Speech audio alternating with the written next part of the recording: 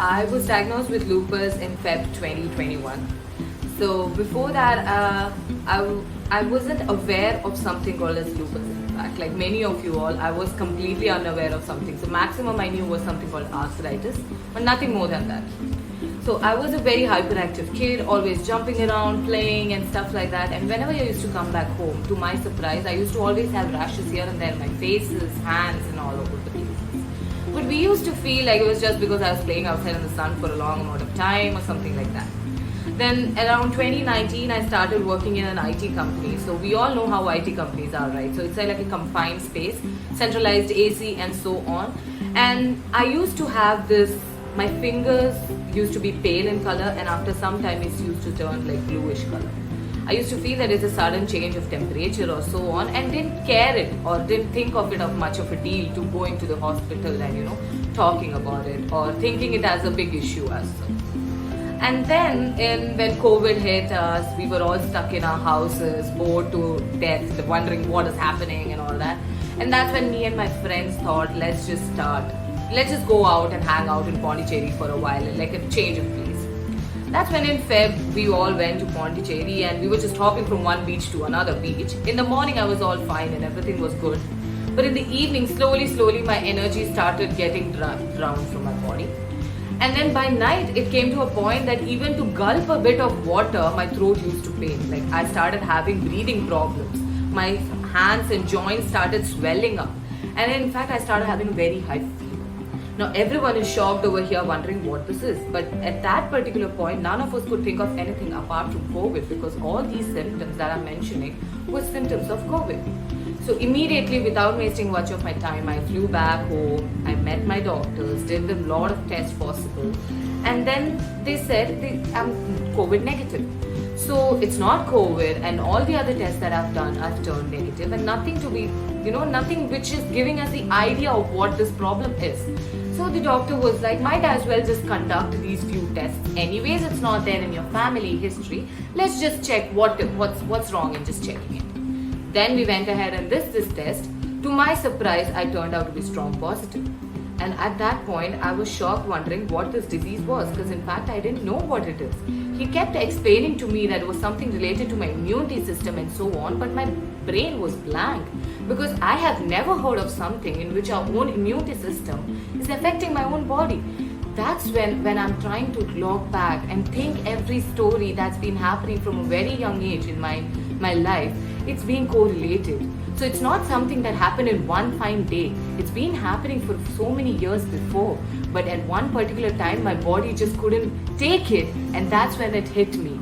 And I was so lucky that I was able to find the right set of doctors at the very beginning stages. Could you imagine how my life would have turned, like if I would have not still understood that I was diagnosed with something like that, and affecting it my remaining part of the body, kidney failure, lung failure and so on. Imagine what scenario would have been in. But I was so glad and grateful that I was able to find the right set of doctors, in fact, and be diagnosed at the earliest stage possible.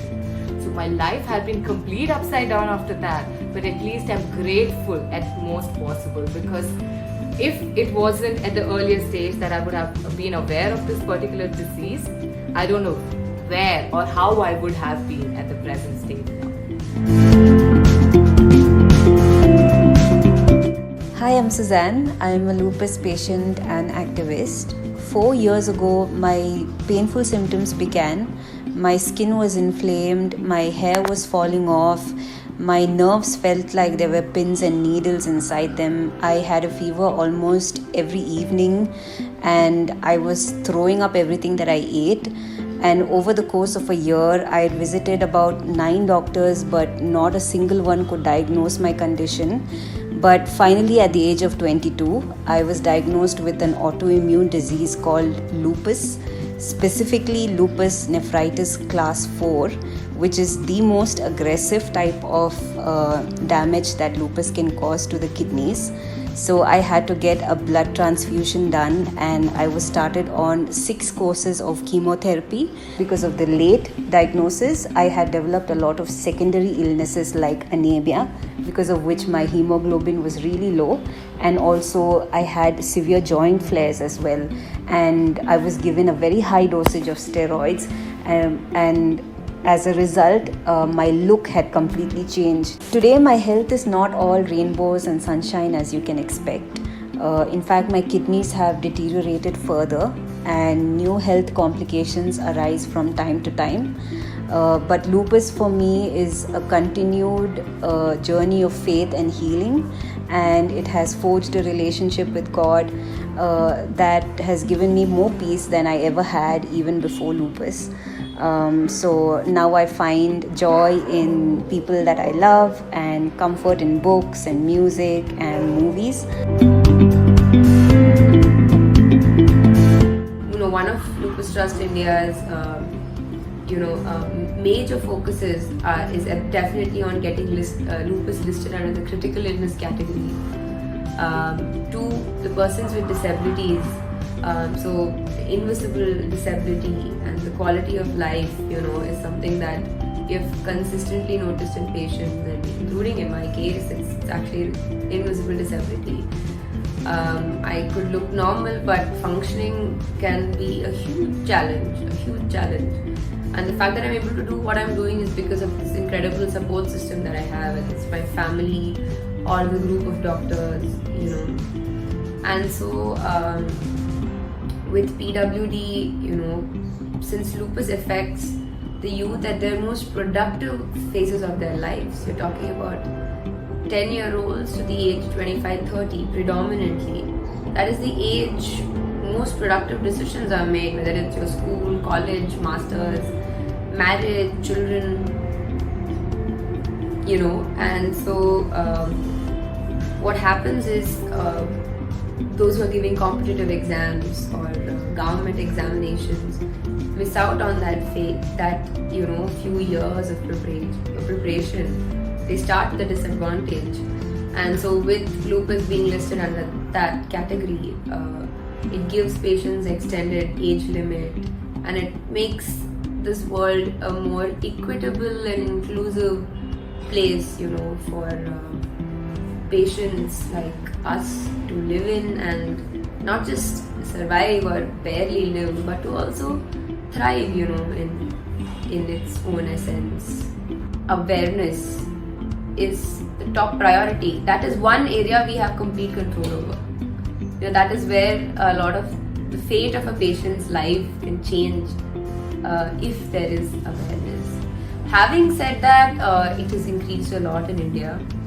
I think Indian Rheumatology Association has taken a conscious attempt to connect various patient groups with each other, like Scleroderma India, Sjogren's, lupus, rheumatoid arthritis, coming together, spreading awareness, conducting webinars, talks, walkathons.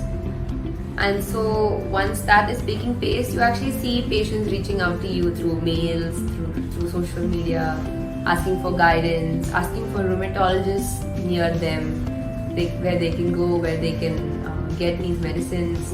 It's important to understand that lupus is not a rare disease. It's more common than leukemia, and yet there is little awareness and poor diagnostic options.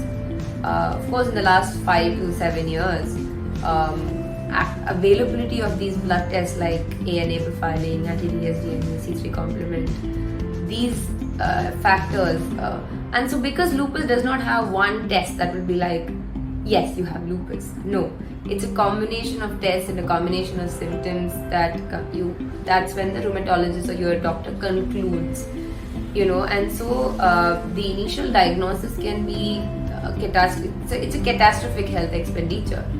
And so the trust also focuses on, while awareness is there, the initial funding that we give to a patient during the time of diagnosis can actually change the lives of the patient. It helps diagnose quickly, your scan costing, your initial treatment cost. Once that is covered, the patient is ready to go back to regular life, whether it's at work, or whether it's at school or normal life. And then there's some sort of stability with income, and then of course affordability of medicine. So that initial huge chunk, that catastrophe that happens, can be catered through early diagnosis, and that can only be done through awareness.